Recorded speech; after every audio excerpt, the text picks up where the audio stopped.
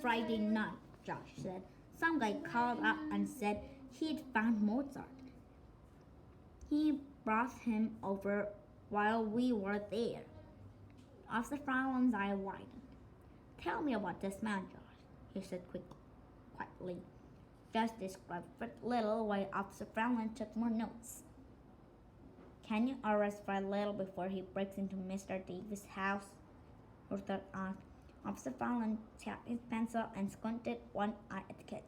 Officer Keene and I have been looking for whoever returned the Quinn and Party pets. We want to question them about the kidnappings and the robberies. Now we will start looking for Fred Little too. He leaned forward on his elbows. But we have no evidence that these people have done anything wrong. The same goes for Fred Little. True. He returned the canary and got inside Leona Davis' house. That's the same pattern the other two burglaries. But it's not a crime. You can't arrest him? You can't arrest him? Josh asked after Fallon shook his head. Even I knew where to find Fred Little, I have no proof that he's planning a crime. But we have to do something, Ruther said. You've already done a lot, Officer Fallon said. I didn't know that Leona Davis got her bird back. You've given me a good lead. Officer Keene and I really appreciate your help, kids. He walked them to the door. Don't worry. We have a few tricks up our sleeves. I still wish we should do something, Rooster said. When they were outside, well, Josh said, the circus is leaving tomorrow, and we do have those 3 tickets Officer Fallon gave us. And us lunch together. He and Josh talked Rooster into visiting the circus for a few hours. They watched a few animal acts and bought popcorn. Rooster didn't feel like going on any ride, so they decided to go into the clown tent again. 2 clowns dressed as firefighters were running around, bumping into each other while a small cardboard building burned. Smoke and fake flames were shooting out of the window. A mama clown was screaming, "Help! Save me!" Some of the kids in the audience start yelling, "Save her, mister! Up there, save her!" The firefighter clowns got tangled up in their own hoses, making everyone laugh and yell even louder. Suddenly a clown dressed like Superman appeared on stilts. He wore a blue shirt under a red cape. Bright yellow suspenders held up the skinny blue pants his stilts. Superman flapped his cape and snapped his suspenders. Then he marched over to the burning tower and saved the woman. All the kids in the audience yelled and clapped.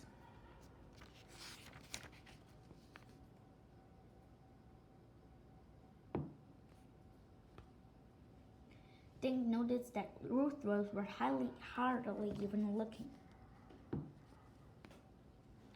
He nudged Josh and they left. I'd like to get me some stilts, Josh said. He walked stiff-legged and snapped invisible suspenders. Do circus ever hire kids?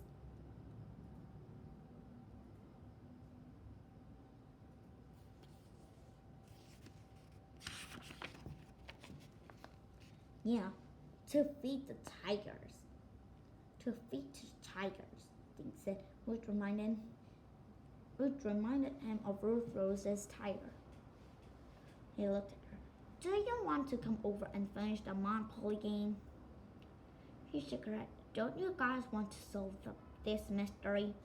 Sure, but what else can you do? They asked. Officer Fallon said he gonna look for the people who returned the pets. Well, I know how we can help him, Ruth Rose said, her eyes flashing. Uh-oh, Josh mumbled. Ruth Rose, I don't think Officer Fallon wants any more help, Tim said. Ruth Rose ignored him. Are you guys sleeping in the tent again tonight? She asked. Nick nodded. I guess so. Why? Ruth Rose grinned mysteriously. I promised to bring over some cookies if you promise to go somewhere with me. Where? He asked. And why do you have that sneaky look on your face? Wear dark clothes. Ruth Rose said, we're going to stick at Mrs. Davis' house. To a stakeout, Josh said. Ruth Rose nodded. Like in a cop movies, they asked. She nodded again. You think Mrs. Davis' house is going to get robbed tonight? Josh said. A third nod. And I plan to be there to see who does it. She grinned. Will that be enough proof for Officer Fallon? Suppose a burglar does come. Think said, what do we do? Tie him up? All right, Josh said. All right, Josh said. I'll bring the rope. Ruth shook her head. No rope. We'll just sit and watch. If someone comes, one of us will run to the police station. The other two will stay. If guys leaves, we follow. Think thought that over. Follow me wherever he goes. Think wherever he goes. Think maybe he'll lead us to where he stashed that stuff he robbed. Ruth Rose said, and maybe that's where he got Tiger. Well, I guess it'll work as long as we just watch the guy, Dink said. Ruth was nodding. We just wait and watch and eat cookies, Josh added. Dink and Josh sat in a dark tent waiting for Ruth Rose. But it was almost 10 o'clock. Josh wore camouflage pants and a black t-shirt. Dink had on jeans and a dark gray sweatshirt. 뭐가? 교회에서 휴지를 줬어?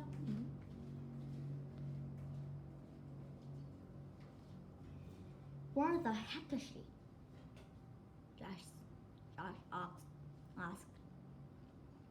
Dink peeked out the tent flap. My folks will kill me if we get caught running around Green Lawn at night. Mine would ground me for 10 years, Josh said. Why we let her talk into this? Josh Dick heard a noise. Did you hear something? Josh, he whispered. Josh picked up. Ruth Rose, is that you? Boo! Ruth Rose giggled. I'm right here, Josh. Dink poked his head out. He couldn't say a thing. Come on, Ruth Rose, stop fooling around. We're not hiding. I'm not hiding. Suddenly Dink could see her. Ruth Rose was sitting about 4 feet away, right in front of him. She was wearing black jeans and a black jacket. Her hair was covered by a ski cap.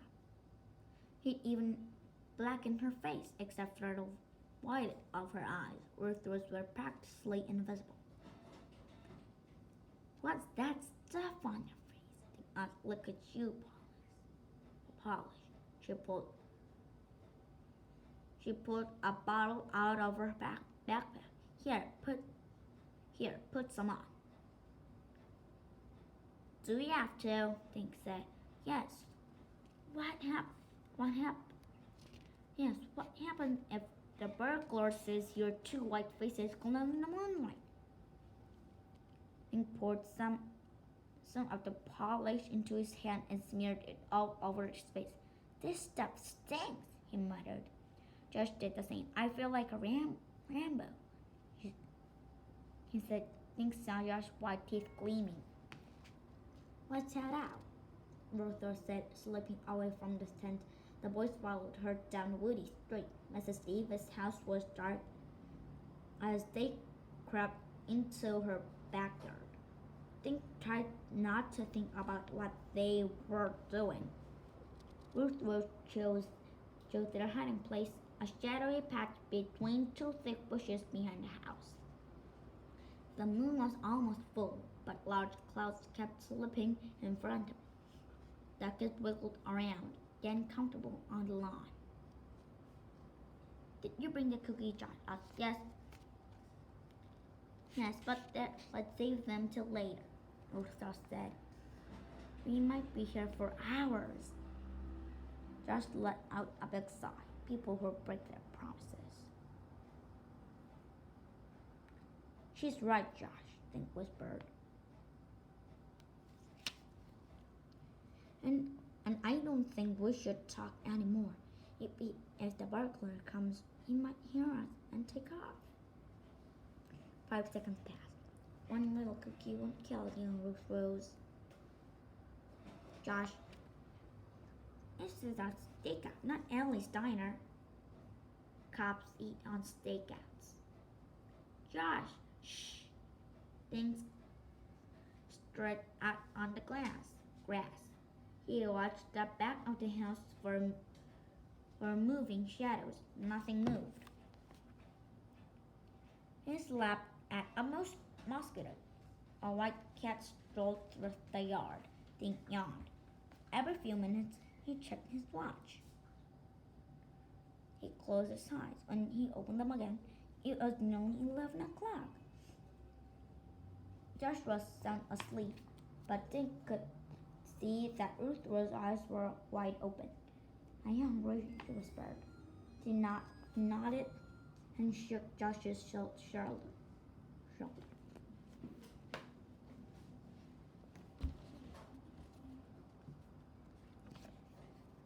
Ruth rose up and opened her pack.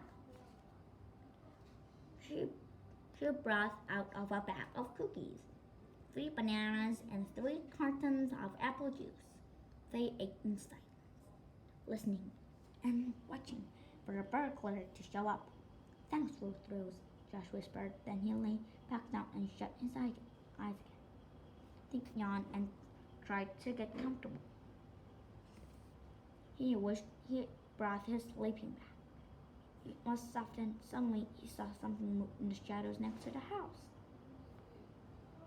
He shook Josh, put his mouth next to Ruth's ear. Look, he whispered, pointing.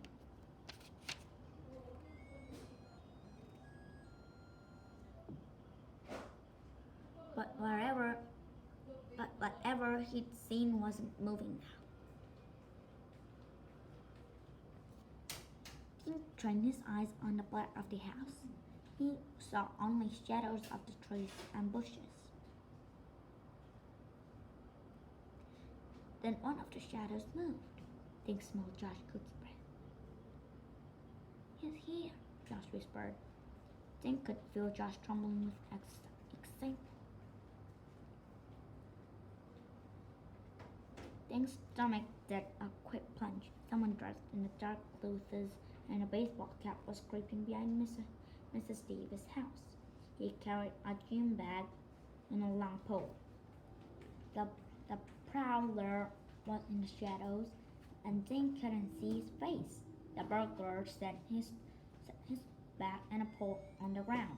Then he checked each first floor window on the back of the house, finding them all locked. He walked around the side, out of sight.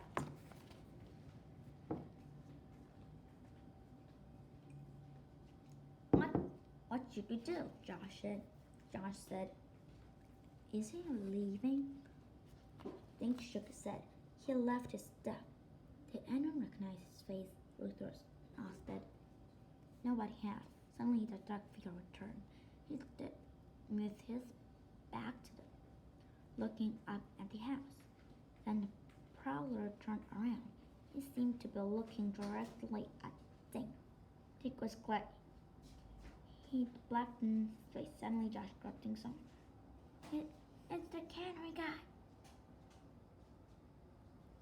Ruth was let out a gasp. Fred Little was walking right toward the Chapter 8.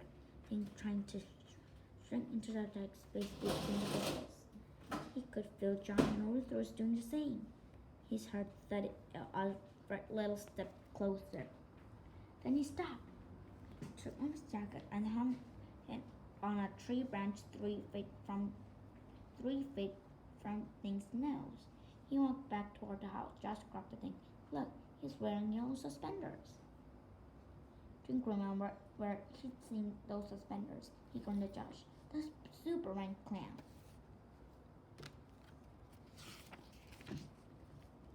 And the giraffe clown, Josh whispered back. I knew I'd seen him before. They watched as Fred Little opened his gym bag. He pulled out a coil of rope and looped around his neck. Then he picked up the long pole it brought him, only it wasn't a pole.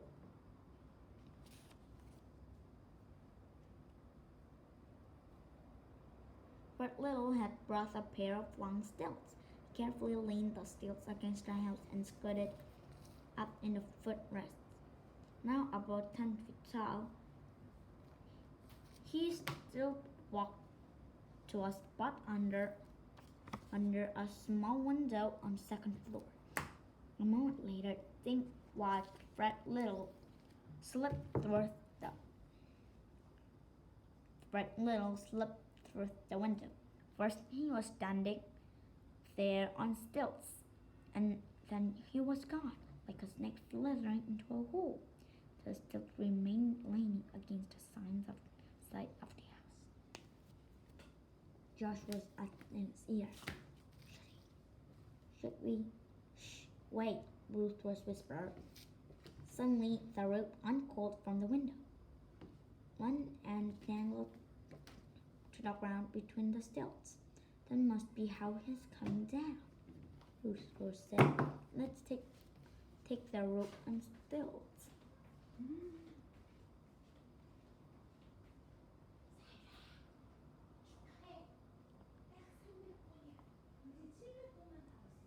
Let's take the rope and stilts, Josh whispered.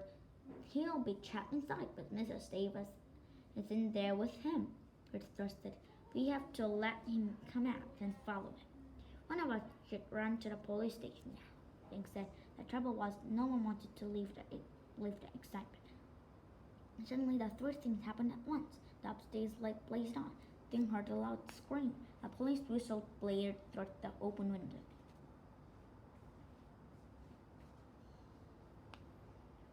Dink leaped to his feet, not sure what to do. Mrs. Davis was up there, and the burglar was probably in the same room with her. But which one had let out that scream? Dink saw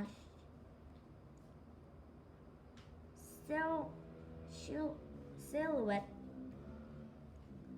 appear at the window. A second later, Fred Little was climbing down his escape rope. With his feet still above the ground, he dropped. Suddenly, the backyard exploded color and noises. A police cruiser roared across Mrs. Davis' lawn, flashing red, yellow, and blue lights. The backyard looked like a fireworks display. The siren whooped loudly, shutting out the shrieking out the whistle. Then the noise stopped as the cruiser doors burst open. Officer Fallon and Keene leaped out. Hold it! Officer Fallon shouted. Fred Little was still encrouched on the ground where he had landed. Dink saw his mouth fall open in panic and surprise. In seconds, he was wearing handcuffs.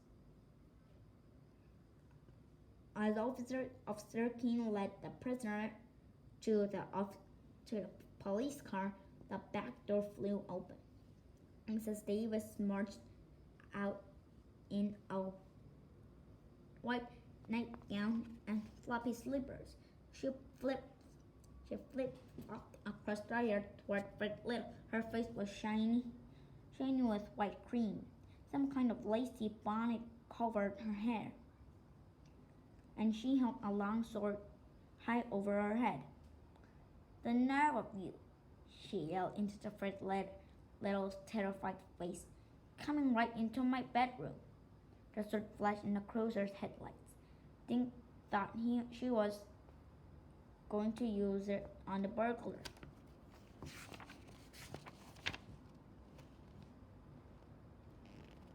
"I heard you trying to find my jewelry," she shouted, "and after I fed you tea and cookies." "Come on," Ruther said. Everyone, but especially Fred Little, was surprised to see little ninjas crawl out of the bushes. Chapter 9. Ruth Rose jumped up to Fred Little at glare. "Where's my tiger?" she demanded. Fred Little backed away. "What tiger?" "Tiger is my cat. Did you steal her? Where is she?" "I didn't take any cat," he muttered. "I'm allergic to cats." "What are you kids doing here?" Officer Fallon asked with a frown. "We thought someone might try to break in tonight," Ruther said, pointing at the prisoner. "We wanted to get good proof so you could arrest him." "This is Fred Little," Josh said, "the guy who turned Mr. Davis' canary. He also a clown in a circus, and he's probably the one who robbed Mr. Pardew's house and the Gwen's tail." Then added, "It certainly looks that way," Officer Fallon said. He gave instructions to Officer King, who locked Fred Little in the cruiser and drove away. Officer Fallon looked sternly at Dink. "We'll talk tomorrow," he said. "You could better scuttle home and get some sleep." "Fiddlesticks," Mr. Steve said. "These children won't perish if they stay up a little longer." "And I won't slip a wink. Come inside for our cookies and cocoa, all of you." Officer Fallon just smiled and shook his head as they followed Mrs. Davis into her kitchen. They noticed Mozart's cage sitting on the counter. Mrs. Davis put water on to boil and took milk from a cupboard. Then she pulled the cover of the bird cage. Mozart glittered and blinked his tiny black eyes.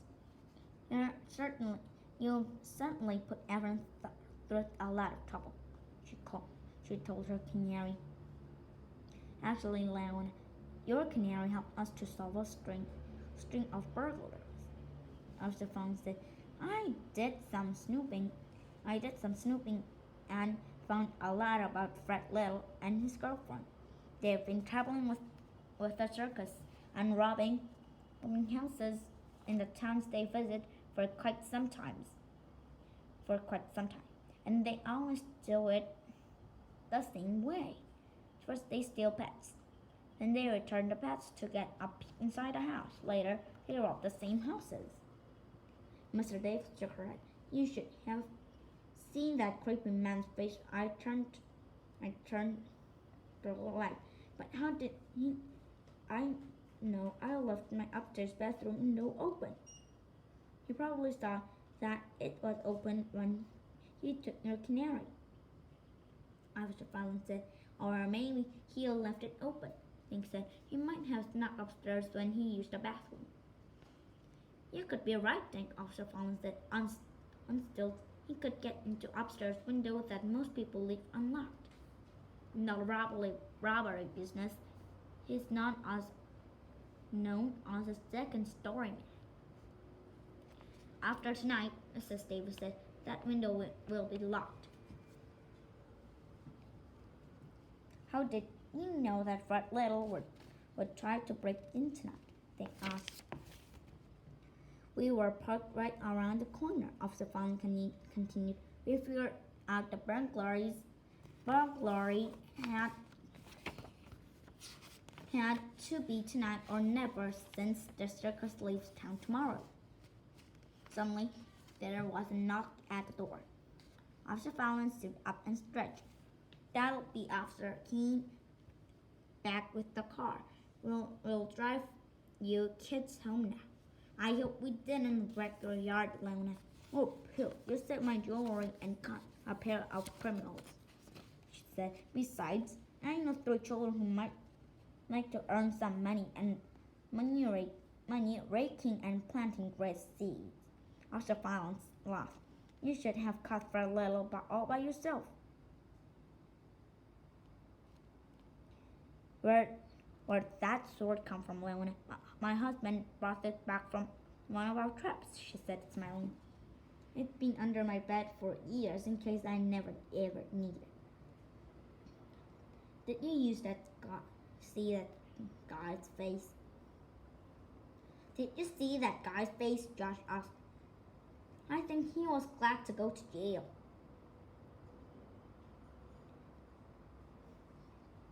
Josh asked. I think he was glad to go to jail. Officer Fallon and Officer King dropped the kids at Officer's house. Good night, kids, Officer Fallon said. No more sneaking around, okay? The kids promised they'd go right to bed and watch the cruiser drive away. I wonder if Fred Little was telling the truth about Tiger, Rufus said. All the pets are get returned except mine. Tomorrow we'll help you search. Right, Josh? King said. Right, Josh said. We'll ring up every doorbell in Grand Lawn if we have to. Rufus nodded, looking sad. Thanks, guys. The boys said goodnight to Ruth Rose.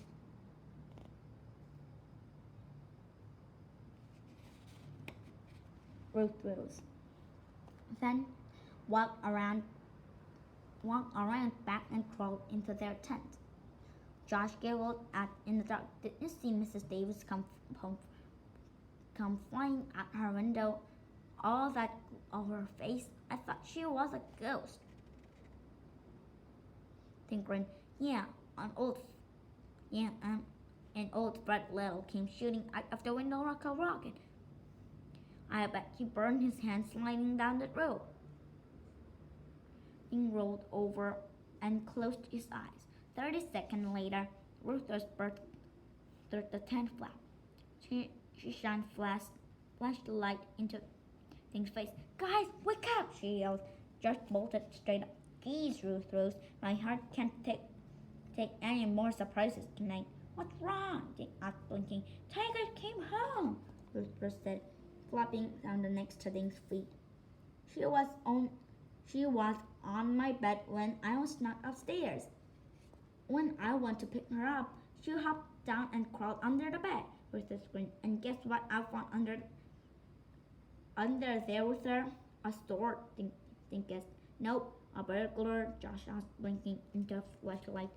No, I found 3 kittens. I am a grandmother.